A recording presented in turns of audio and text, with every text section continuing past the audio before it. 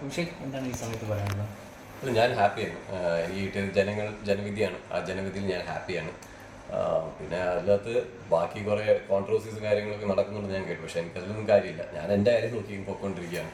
അപ്പം ഞാൻ ഹാപ്പി. ജനങ്ങൾ എനിക്ക് തന്നതിൽ ഞാൻ ഹാപ്പിയാണ്. ഈ തേർഡ് റണ്ണർ ഒരു ഫസ്റ്റ് ഒരു ടോപ്പ് 5-ലെത്തിയിട്ടൊരു കപ്പടിക്കാതെ പോയിട്ടുള്ളൊരു വിഷമമുണ്ടോ? ഇല്ല, എനിക്കറിയില്ല. ഞാൻ ഫസ്റ്റ് ഓഫ് ഓൾ കപ്പ് എന്ന് പറഞ്ഞാൽ ഞാൻ ബോണസ് ആയിട്ട് കണ്ടൊരു സംഭവമാണ്. നമ്മൾ മാക്സിമം പെർഫോം ചെയ്യുക, ജനങ്ങളുടെ മനസ്സിൽ കയറുക എന്നുള്ളതാണ് ഫസ്റ്റ് പ്രിഫറൻസ് ആയി കൊടുത്തിരുന്നത്. അത് സംഭവിച്ചു. അതാണ് എൻ്റെ first of all first cup എന്ന് പറയുന്നത് അതാണ്. പിന്നെ അത് കഴിഞ്ഞിട്ട് ഈ മറ്റേ നമ്മുടെ ശരിക്കുള്ള ബിഗ് ബോസ് കപ്പ് എന്നുള്ളത് അത് ഭാഗ്യം കൂടി വേണം. ജനങ്ങൾ കുറച്ചുകൂടി ഇഷ്ടപ്പെടുന്നു. പക്ഷേ എനിക്ക് വേണ്ടത് കുറേ കിട്ടി. ഇനിയിപ്പം ബാക്കി നോക്കാം.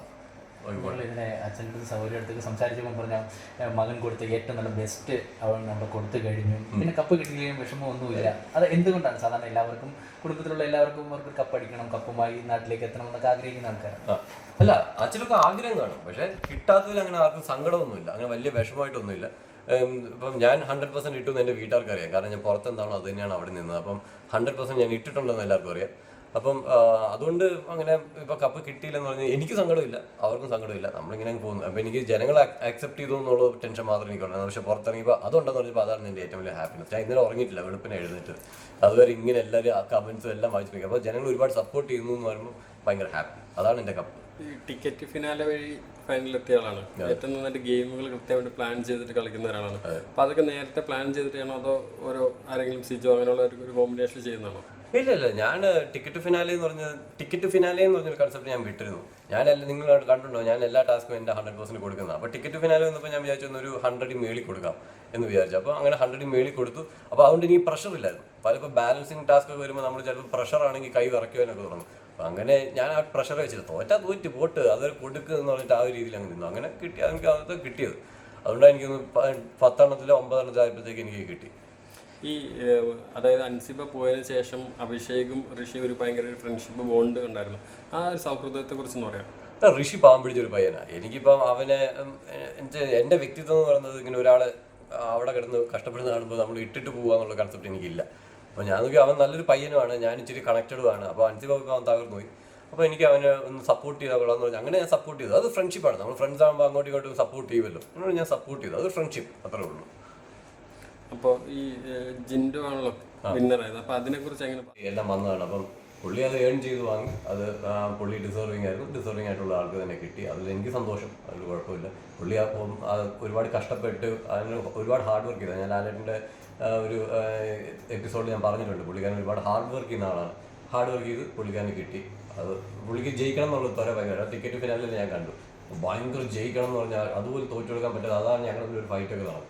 അത് അദ്ദേഹത്തിൻ്റെ ഇത്. അപ്പോൾ ജനങ്ങൾ കൂടുതൽ അദ്ദേഹത്തിന് ഇഷ്ടപ്പെട്ടു, അദ്ദേഹത്തിന് കൊടുത്തു. സന്തോഷം. ഈ 50ാമത്തെ ദിവസം മദേഴ്സ് ഡേയിലൊരു കത്ത് വായിച്ചതിന് ശേഷം കേരളക്കാരെ മൊത്തം അഭിഷേകിനോട് വല്ലാത്തൊരു ഇഷ്ടവും സ്നേഹവും ഉണ്ട്. അപ്പോൾ അതിനെ എങ്ങനെ നോക്കിക്കാണും ശരിക്കും? ഞാൻ ഫസ്റ്റ് ഓഫ് ഓൾ സെൻറ്റിമെൻറ്റ്സ് വലിയ കാണിക്കുന്ന ആളല്ല. അപ്പം ഞാനിങ്ങനെ ലെറ്റർ എഴുതണം എന്ന് അവർ പറഞ്ഞപ്പോൾ ഞാനിങ്ങനെ hi I miss you bye ഇത്ര എഴുതാൻ വേണ്ടി എഴുതുന്നത്. അപ്പോൾ അൻസിബ എന്നോട് പറഞ്ഞു അങ്ങനെ അല്ലടാ, നീ കുറച്ചുകൂടി നല്ല രീതിയിൽ എഴുത്, നീ ഉള്ളിൽ ഇത് ഈ ചാൻസ് നീ യൂസ് ചെയ്യണം എന്നൊക്കെ പറഞ്ഞു. അപ്പോൾ ഞാൻ വെച്ചാൽ എന്നാൽ പിന്നെ രണ്ടും കൽപ്പിച്ച് അങ്ങ് എഴുതാമെന്ന് വെച്ചാൽ അങ്ങനെ എഴുതി.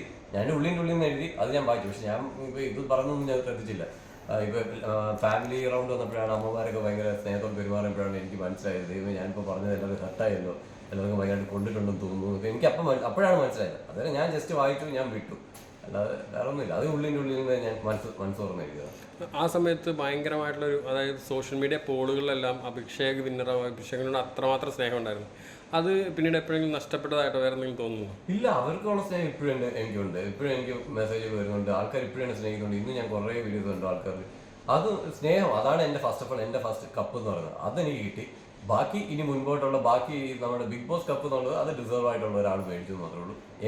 എനിക്ക് എന്താണോ വേണ്ടത് അതെനിക്ക് കിട്ടി. എന്നെ ജനങ്ങൾ റെക്കഗ്നൈസ് ചെയ്യുക, എന്നെ സ്നേഹിക്കുക എന്നുള്ളതായിരുന്നു എൻ്റെ ഫസ്റ്റ് ഒരു പ്രയോറിറ്റി. എൻ്റെ പ്രയോറിറ്റി അതായിരുന്നു. അത് കഴിഞ്ഞിട്ടായിരുന്നു ബിഗ് ബോസ് കപ്പ് എന്ന് പറയുന്നത്. അപ്പോൾ പ്രയോറിറ്റിയിൽ ഞാൻ അങ്ങനെ, അല്ലെങ്കിൽ പ്രയോറിറ്റി മറ്റേതായിരുന്നു ഉറപ്പായിട്ട് ഞാൻ വല്ല ഗെയിം പ്ലാനും ഇട്ട് ഞാൻ വേറെ ഗെയിമുകളും ഇട്ട് അങ്ങനെ പോയത്. ഞാനായിട്ട് നിന്നിട്ട് ഞാൻ പലവട്ടം പറഞ്ഞിട്ടുണ്ട്, ഫേക്ക്നെസ് കാണിച്ചിട്ട് കിട്ടുന്ന 5 വോട്ടിനെക്കാട്ടും എനിക്കിഷ്ടം ഞാനായിട്ട് നിന്നിട്ട് കിട്ടുന്ന 2 വോട്ടാണ്. എനിക്കത് മതി. അതാണ് ഞാനിപ്പോൾ ചെയ്തിരിക്കുന്നത്, എനിക്ക് കിട്ടിയിരുന്നു. അത് ഞാൻ ഹാപ്പിയാണ്.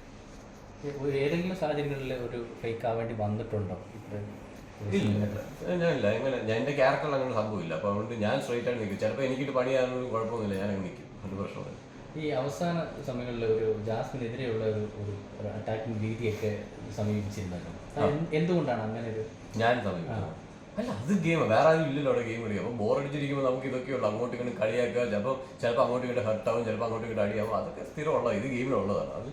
അത് അവിടെ പ്രത്യേകിച്ച് അവിടെ ഒന്നും ആരും ഇതില്ല. എന്നാൽ പിന്നെ ആദ്യം തൊട്ടേ ഞാൻ അവിടെ ഫുള്ള് ചെയ്തുകൊണ്ടിരിക്കേണ്ടതാണ്. ഞാൻ ആദ്യം ഒന്നും അവിടെ കുറിച്ച് വാക്ക് പറഞ്ഞു, ഞാൻ വിട്ടു. അവിടെ